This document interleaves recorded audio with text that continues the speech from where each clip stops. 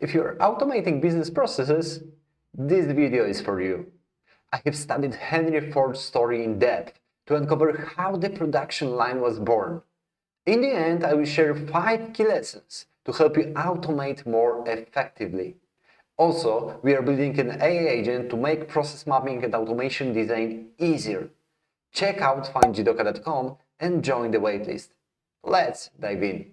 Before we dive into Henry Ford and his groundbreaking invention, we need to get a handle on the foundational thinking that was developing in the United States beforehand. We can trace the roots of this mindset back to the 18th century when the Declaration of Independence was signed. A few years later, the Founding Fathers decided to divide the land into equal squares, which made land management much easier for them. If you look at a map of the states today, you can still see this division, which is called the Public Land Survey System. The growing demand for goods forced manufacturers to become more efficient in their deliveries, which is why new ideas for optimization or the introduction of interchangeable parts were rewarded. A prime example of this was musket production, where every component was made with the intention that it could be easily swapped out. This led to what we might call management today. People started managing warehouses, introducing work standards, and even tracking profit and loss, which nowadays is probably managed in a similar format using Excel. Now that we've covered the historical background, it's time to move on to Henry Ford himself in the 20th century. This man undoubtedly became an icon and revolutionized the way people thought about producing goods. In his youth, Henry Ford experimented with watches and even thought about producing his own. He also worked as a farm machinery mechanic, but what really sparked his passion was the portable steam engine. This was an engine mounted on wheels, which gave farmers access to power in hard-to-reach places. This is where the vision was born: to lift farm drudgery off flesh and blood and lay it on steel and motors. As we know, Ford didn't just stop at the vision. He created a craft workshop where, in 1896, he built his first quadricycle. Of course, his wasn't the only workshop around at that time, so we need to understand the scale of the problem back then, where the main bottleneck was the manual work of engineers. The old method relied on a chaotic workflow that resulted in unpredictable outcomes. Probably many small craft workshops in the world look similar today, where the main focus is on output, not efficiency. Frederick Winslow Taylor was a pioneer of scientific management. He optimized production work based on task standardization, process optimization, and piece rate motivation. Even back then, they measured task completion time and thought about how to improve efficiency. This certainly influenced Henry Ford. Ford, however, didn't look at it in terms of a process, but as a system where his challenge became implementing a repeatable product, ensuring continuity from A to Z, and reaching the mass consumer. Interestingly, the slaughterhouses in Chicago served as an inspiration, where carcasses moved along a conveyor belt from one worker to the next, with each person performing only one task. So, Ford and his team prepared the first experiment with a flywheel setup, which reduced the production time for one part from 20 minutes to 13 minutes and 10 seconds. They achieved this by setting up a single line along which the part was moved and breaking the production down into 29 separate tasks for each person. I won't go into the further details of creating the assembly line, but I will say that when it was up and running, their method was 3,000% more efficient. The competition was unable to produce even one car per employee per year, while Ford produced 20 such cars. Creating the assembly line also brought problems, as workers had to work in an extremely fast and monotonous environment.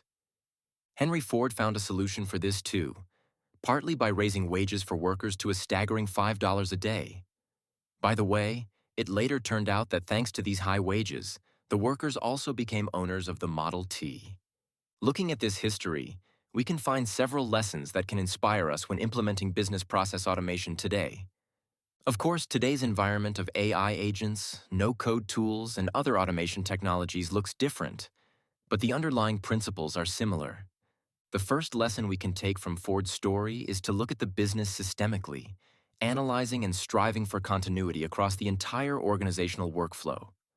Often, automation implementations focus only on optimizing a single process, which is a bit like Taylor's approach. It's valid, but it won't bring extreme results. What Ford did was first look at the bigger picture: how to streamline my company's entire workflow from A to Z. Today, tools like a process landscape can help us with this, showing that we can distinguish between three types of processes: management, core, and support. We can break down each core process into smaller ones, which allows us to see the big picture of the organization's entire workflow and start brainstorming. The next lesson, which is quite obvious to automation experts, is the standardization of processes and business output. Without standardizing the production output, the assembly line could not have achieved such spectacular results. Translating this to today's business ecosystem, whether you're a marketing agency reporting campaign results or not, try to create a standard for your outputs. Another tool that can help standardize processes without requiring extensive knowledge or time investment are documents called SOPs, which describe the process flow. The third lesson for those involved in business process automation is the elimination of steps that do not add value for the customer of that process. Perhaps it seems obvious, but it underscores the importance of this lesson. In the workshops, they eliminated manual labor wherever possible and used tools like levers to move engines. Today, to uncover non-value-adding steps and show how much time or downtime they cause, we can use a Makigami map, or similar value streaming. In the digital environment, instead of standing by a machine, you just need to implement task timers that show how long it takes to complete a step that doesn't add value. The next lesson is that the best ideas for optimizing or automating a business process often come from the operators of that process. It was no different with Henry Ford, who frequently drew knowledge, ideas, and inspiration from lower-level employees. He noted that Polish workers seemed the most ingenious among all the foreigners. So, at your next process automation workshop, involve the team that actually performs that process. In my experience, sometimes only the process manager is delegated to this task. If you are concerned with automating the entire process flow, that might make a lot of sense. But if the bottleneck is the process itself, then definitely involve the operators. The final lesson, perhaps obvious to many again, shows what Henry Ford's aggressive strategy led to. Over the years, the volume of cars produced grew, and the price dropped drastically. This might seem counterintuitive because every business wants to make more money. This is explained by the economy of scale, whereby achieving a large volume of production or service, depending on the business type, the unit price falls. This allows you to reach a larger customer base and grow the business. Perhaps automation is one of the few solutions that allows for shorter delivery times, lower costs, and higher quality. Those should at least be its goals. To summarize, Taylor and Ford both aimed for optimization, where automation is a powerful tool. One's approach focused on the process, while the other focused on the entire operating system. Both approaches are, however, complementary. Set aggressive goals, seek improvements across the entire flow, standardize the process, product, or service, eliminate non-value-adding steps, and involve the operators.